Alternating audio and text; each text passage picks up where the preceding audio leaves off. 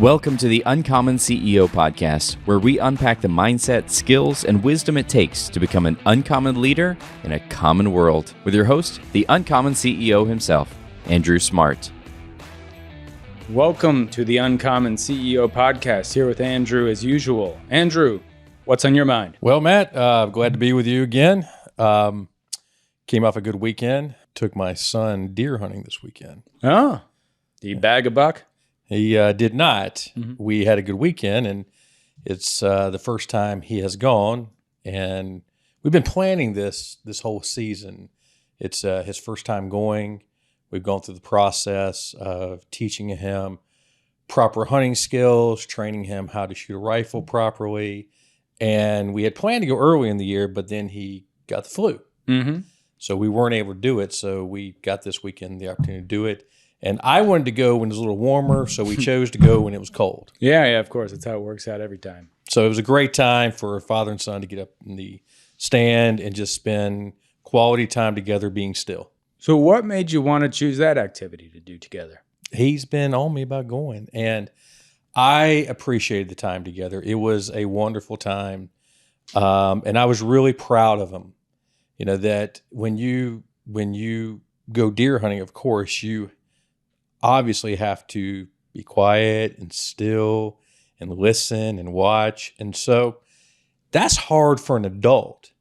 Oh, yeah. Imagine for a kid, I'm trying to think about taking my middle son hunting and being still, and I've yet to see him still in 9 years. So look, I mean, it's hard for, like I said, an adult. I mean, we're going to talk today about uncommon meetings, and you know, we talk about listening and being still. That's hard, right? Yeah, it's hard to maintain focus. It's hard to not let your mind drift in any facet of life, especially in meetings, areas like that. So yeah, being able to completely be in the moment and not elsewhere is a thing that all of us can improve on. And that's what I appreciated this weekend of having with Drew, that we could be up there. And there were times I was like, Drew, shh, okay, we got to be quiet here. Okay. Yeah. Because I mean, you're using all your senses. Okay. You're watching, and he liked to get up there with his binoculars and watch. Sure. You're listening, and you're just kind of using everything in that environment to grab the environment and take in. And so it was a special time. Unfortunately, we weren't able to see anything, but we were to have that special, time together. So, and we'll do more of it. The season's coming to an end here at the end of the month, and we might be able to step into maybe some bird season here over the next couple of months. But we did get out in deer season. It sounds like a great weekend. It was a great weekend. So, as you mentioned briefly, the topic of today's podcast is going to be uncommon meetings. What it takes to have a meeting that engages your team, that gets people interacting, that you leave with actionable objectives from it. But how do you do it in an uncommon way? Well, I think the word you put out is engaging, because that's where you want to be. How can you truly engage with your team, your people, your organization? And often meetings aren't engaging. Many times we can all go to meetings that are information gathering, but they're not engaging meetings. And what I want is engaging meetings.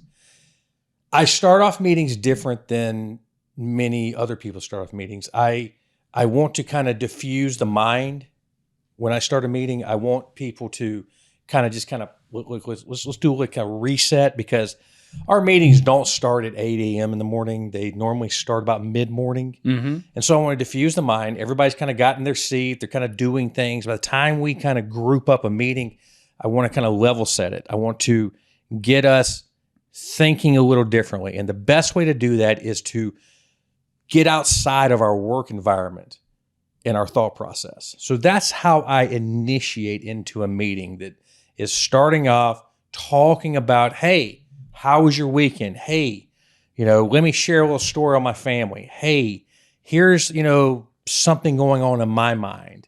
And then I'll tell a story. Or, me, I like to tell something on history.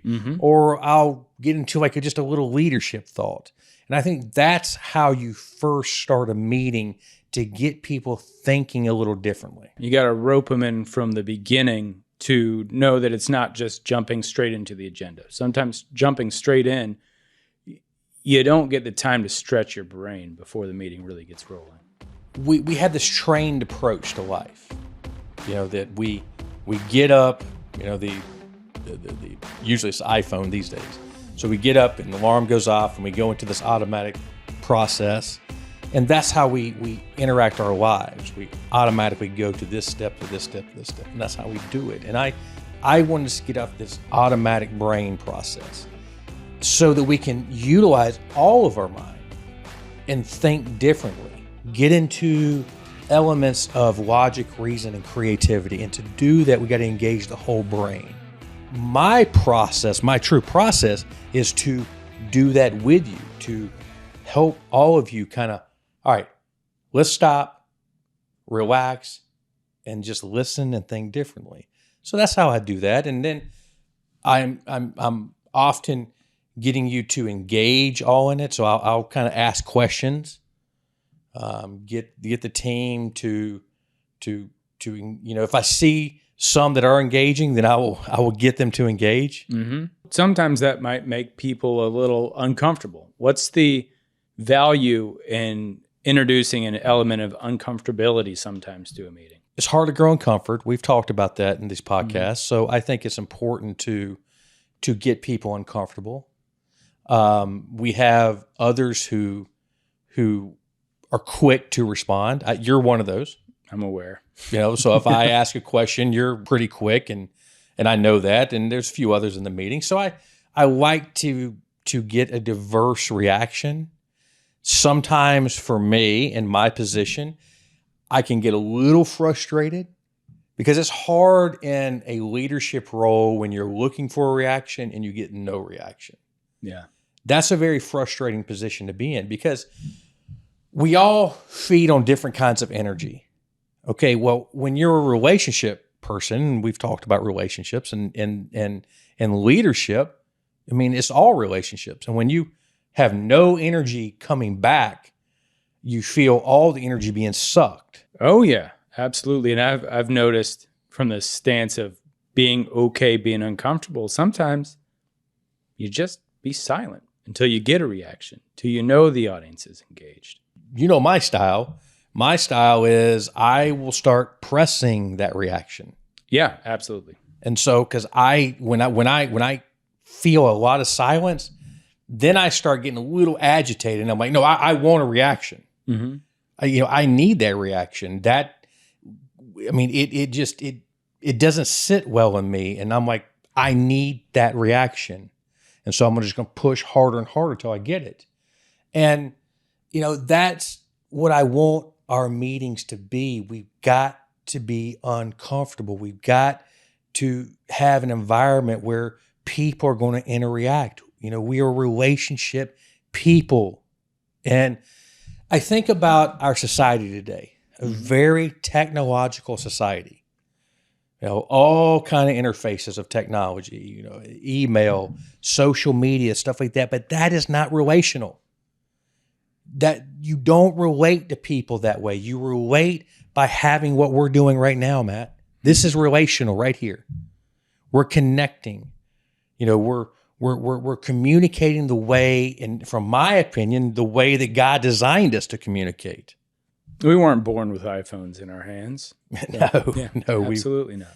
No, we were born to use the God-given skills of communication, and all these other tools are just things that we can use to enhance it. So you mentioned something earlier that stuck out a little bit to me. The idea of we don't step into the day in a meeting, that there's not necessarily a consistent time that all of our meetings happen. I know for my teams, I hold a meeting at 8:18 each morning because that number might stick out, gives you a reason to remember it. So what is the value in maybe having meetings off a regular cadence or outside of the normal times that one might expect to start their day? So John Rockefeller did the same thing. Mm-hmm. So he had his key staff, his key directors and leadership, every day hold a 10-minute meeting like around 8:15. And it was every day. They had a cadence of a 10-minute meeting, no longer, no less, 10 minutes every day, 8:15. And he felt the importance of having that consistency and that gap to get everybody on the same page, was just, necessary, for everyone to truly be able to be at their top performance, because he was a high performance leader. And I think that, whether it's, having that random time, as like, hey, 8:17, whatever number it is, that kind of like, it's kind of like an odd number and everybody can kind of remember it. But I think it's having the consistency is the key. Do you ever skip a meeting because, we don't have much to talk about today? I think that people like to. While we like to as humans, I think that it's important for us to stay consistent. It's kind of like we've talked about on this podcast about exercise, right? Mm-hmm. Well, I've kind of exercised 3 or 4 times this week, but I might skip a day. Well, you can, but and we do often, but would it be better for us to kind of keep consistent in it? Yeah, absolutely. And having a certain time that's set on the schedule certainly makes it a lot more possible to be consistent. When we talk about consistency, and brought up that word many times about how consistency is not a sexy word, but it's a critically important word. And uncommon meetings are about being consistent. Matter of fact, one of the things that you've heard me say over and over about those particular meetings being that we have every Tuesday at 10:30. At 10:30, we start at 10:30. Well, if you're not there at 10:30, what's my mindset? You're wasting everybody's time, and you've disrespected the meeting and all of your colleagues by not being on time. It is absolutely that. We have a consistency and a cadence of being always at 10:30, starting, going, and it's living by that consistency. If we change that, what does that do to us as an organization? Yeah, I always see it as you give them an inch, they'll take a mile type mentality, where you let little bits unravel and the larger picture unravels a little more and a little more and a little more every day until you don't have the buy-in of the team around you. Let's dive a little more into what does it mean to have uncommonness in a meeting. I think first, to have uncommon in a meeting, you got to have trust. Mm-hmm. Because trust is the foundation of any team. That if you're going to have a meeting that can truly come together and deal with difficult topics. We're having meetings not to sit around and talk about everything being great. Mm-hmm. There is not a meeting that I'm ever going to hold that's about, let's just talk about how everything's fantastic, everything's going great. You don't have meetings for that. Yeah, it's not for high fives and chest bumps. It's for dealing with the harder topics. Correct. That's why you have meetings. Meetings are all about solving problems. Sure, you're going to talk about some wins, but the point of meetings are about solving problems, obviously giving information, getting everybody on the same page. But to do this, you have to have trust. Okay?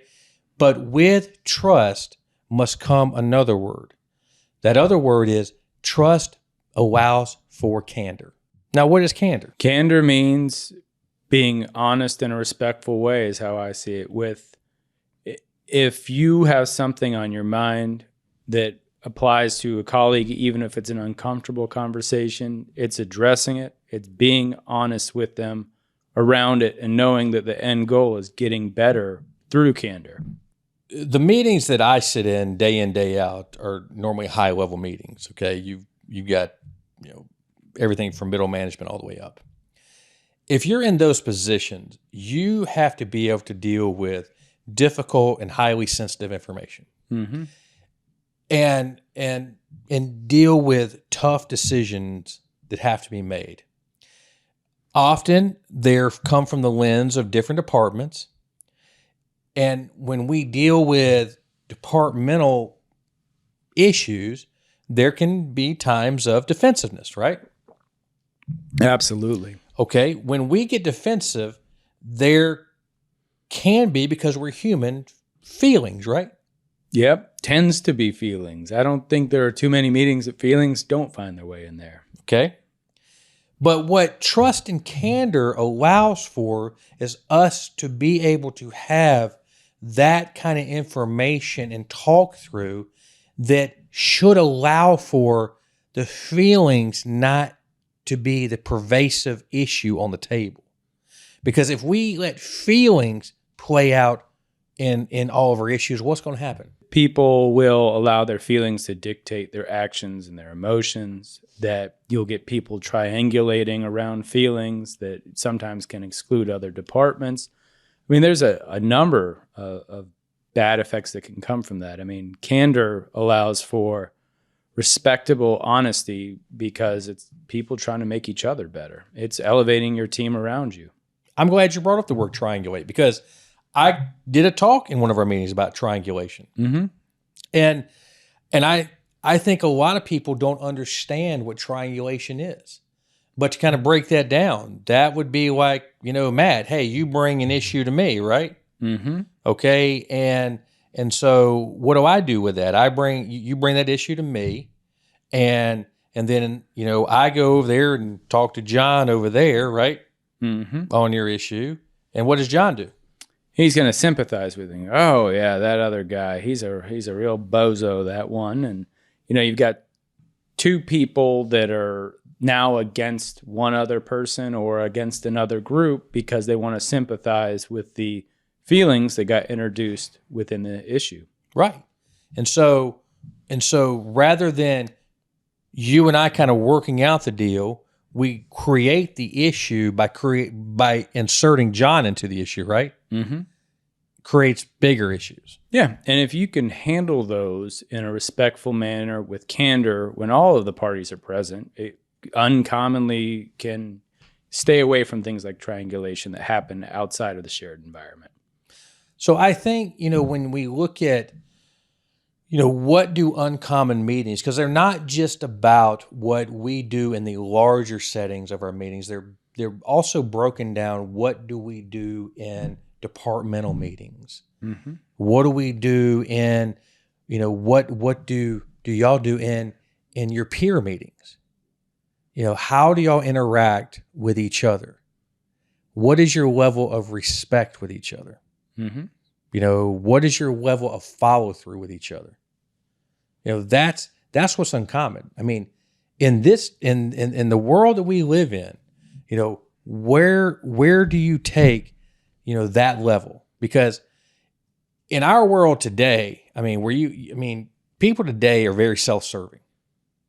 I mean, it's not hard to find self-serving people. Nope. Throw a stone. Yeah. I mean, I see it all the time. I've seen it in our own organization. We work hard to root it out, but it's easy to find people who point fingers. That's not hard to find in this world. But what we look for is for people, if they're going to point a finger, where should the finger be pointed? Oh, usually you should be looking in the mirror. Point the finger at yourself. Mm-hmm. I've always believed this. If there's ever a problem, the first analysis of the problem is to find out if you're the problem. I mean, that's where the analysis should always be. And that's in a meeting when we throw a problem on the table and we look at that problem in that meeting, that's how good leaders should always look at it. Have I done my job? Have I done my part first? Because if you've done that, then you can come to the problem and really objectively look at it and say, okay, now what can I do to help with the problem? I think what links to reflection and to trust is accountability. Where do you see the importance of accountability as structured within the group setting? Well, I mean, accountability, while it's a word that is, we all understand what that word means, but I don't think we all understand how to live up to that word. What do you mean by that? Well, I mean, accountability on the one hand is an easy word to say, but it's a hard word to live because we're all good at kind of shirking it. Mm-hmm. I mean, that's the truth. I mean, it's it's kind of like the word excuses. Mm-hmm.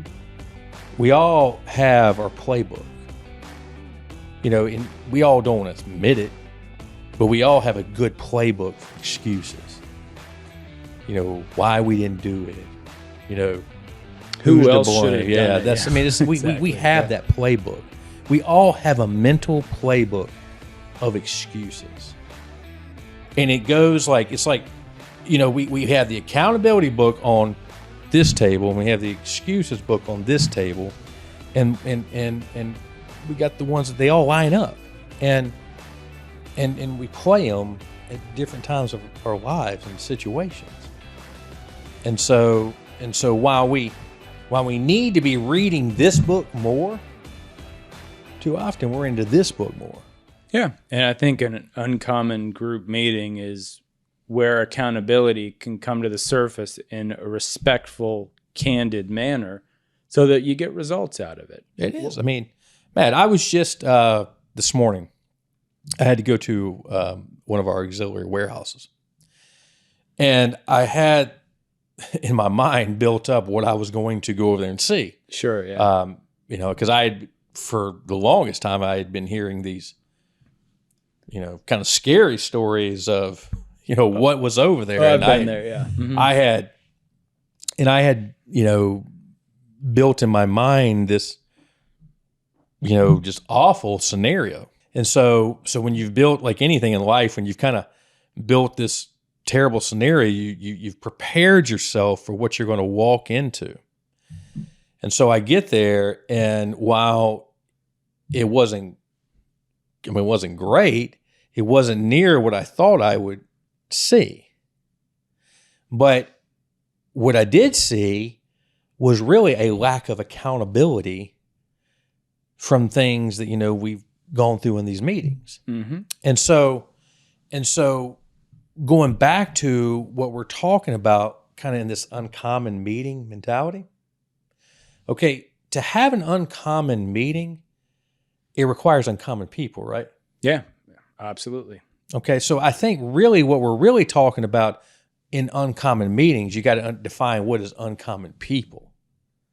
And since we're in an uncommon podcast, okay, it goes back to what is uncommon. I mean, okay, so you got to break it down to uncommon are people who want to do things differently, Mm-hmm. who see things differently, who value things differently, and are willing to take those steps, and they don't make excuses for it. And that's so an uncommon meeting is a group of people who are that way.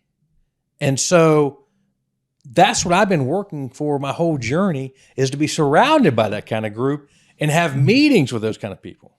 And what makes an uncommon person in your mind? Like how do you structure the attendees and the engagement of the attendees to make them uncommon and to think differently within that setting? Uncommon people. So you talk about, sometimes my challenge to get interaction. Mm-hmm. Candidly speaking, uncommon people do interact and they do ask good questions. Yeah. I think it's kind of hard to be uncommon if you just stay quiet all the time. How do you foster the quiet person in the room to become that participant that elevates everyone around them? I told you this one time that the quiet person always makes me nervous. Mm-hmm. Always makes me nervous. Many times, in my journey, in positions of higher positions in my journey, the quiet person was someone who kind of put me in bad positions. That's why they always make me nervous. Mm-hmm. When you're dealing with difficult situations and that person's not saying anything, and then you get down the road and you realize, Now I know why they didn't say anything. Yeah, they may have had something. Yeah, they knew something. They didn't tell you that you could have done something. And I've seen that too often. And so it doesn't mean that someone's quiet is always that way. Sometimes a quiet person has fallen into the trap of they said something, it's come back to bite them. Now they're a little gun scared, a little, shell shocked, and so it's kind of working through that. But I don't like quiet. I'd rather you speak up and say something. And maybe it's wrong. That's okay. Speak up. Mm-hmm. So with that, people knowing when to speak, when to engage, do you think a successfully uncommon meeting is driven by a tight, thoughtful agenda, or that you just kind of roll with the punches as it goes? There's a lot of different ideas around this. Mm-hmm. Okay, and there's different styles. There are people who don't like my style. We have agendas. There are people who would enjoy different cadence. And what I know is that styles are based on personalities. Okay, I mean, if you have a person who is a highly analytical person, then their brain is what drives their style. Mm-hmm. That they might be totally numbers focused, and that's what they want to do. Everything is numbers focused. Everything business wise is number focused. Everything is KPIs. Everything is data driven. Everything is. And here's the thing about what I'm going to tell you about that. If we went through every meeting and everything was data, KPI, analytic all the time, business is not all analytics. I mean, that's the one thing that I've always tried to press into those people. Why? We do need the KPIs. We do need the analytics. We need them bad. It's not all business, okay? You don't build business totally on that. You don't lead people strictly on analytics. Yeah, you'd never take a risk if you did. Well, I mean, I can't help you totally be better, Matt, just on what the data says. I can't lead you if I don't know you. Well, but sometimes it's hard to get analytical people to understand relationships. Sure. That's what I'm saying. Because they will too often stick into that realm and say, okay, that's great, but how do we deal with it? I mean, that's what I'm saying. So yes, the agenda does matter. We need to stay on a cadence and an agenda. Okay, that is important. There's the way I start a meeting, which you've been part of me for years doing that. There were those who have been with me in the past who didn't like that. Yeah, they want to jump straight in, not talk about any sort of historical facts or things that are going on. Or me tell a story or they didn't want that. They didn't. I feel like personal development is critical. Okay, I believe in personal development, and they want to go straight into whatever they felt like, whether it was a sales issue or whatever the major issue on the quote business front was. And I just didn't feel like that was where I want to start a meeting. And I've been doing that from the very beginning. I mean, literally from when I started the franchise company, I started out every meeting doing some type of development from a book and talking and have the team talking. I've been doing that since I was in my 20s. And I'll do it for the rest of my life. So I'm not going to change who I am, because that's what they want to do. I laugh about this. For as long as I've been doing this, it's funny, that when you bring people in the organization, they want to change who you are. Mm-hmm. I mean, that I always laugh about that. Well, wait a minute. I brought you in to complement into my weaknesses, not try to get involved in my strengths. True. That makes a lot of sense. I mean, don't get in the way of what I know I'm good at. Mm-hmm. No, your job is to get over here in the areas that I need you in, not what I know I'm good at. And so, that's That part of me is never going to change. I'm not going to go into, to our Tuesday meetings and ever change. Okay. That I promise you, from now till whenever, that's never going to change. Let's say some of our listeners may be starting their own business. They've got a team they want to grow with, they want to lead, and they want to impact them from the start. What's the bit of advice and how they can lead those team sessions that you would say is most important that they follow? So you've got a leader who has a group of people that they want to influence. Well, ultimately, the first thing that they have to make sure of, that the people that they have on board with them buys into them. That is critical. Funny story. The first group of people that I had on board with me in my first company absolutely bought into me. That was an absolute. I mean, I'm young, and while I am young and cocky, confident, not knowing truly what I'm doing, they bought into me. They didn't know where we're going. In the sense, I kind of knew where I was going, but you didn't know how you were going to get there. Sure. I knew what I was, but they bought into me. They wanted to go somewhere. We were young, ambitious, they bought into me. And, what happened to me, Matt, was that, when I went through the trials and down, and then when I then became successful again, it was the next wave that they bought into my success. They didn't buy into me, and that is a total different deal. They were bought into, the money. Yeah, the promise of affluence. That is what they bought into. They were not bought into me.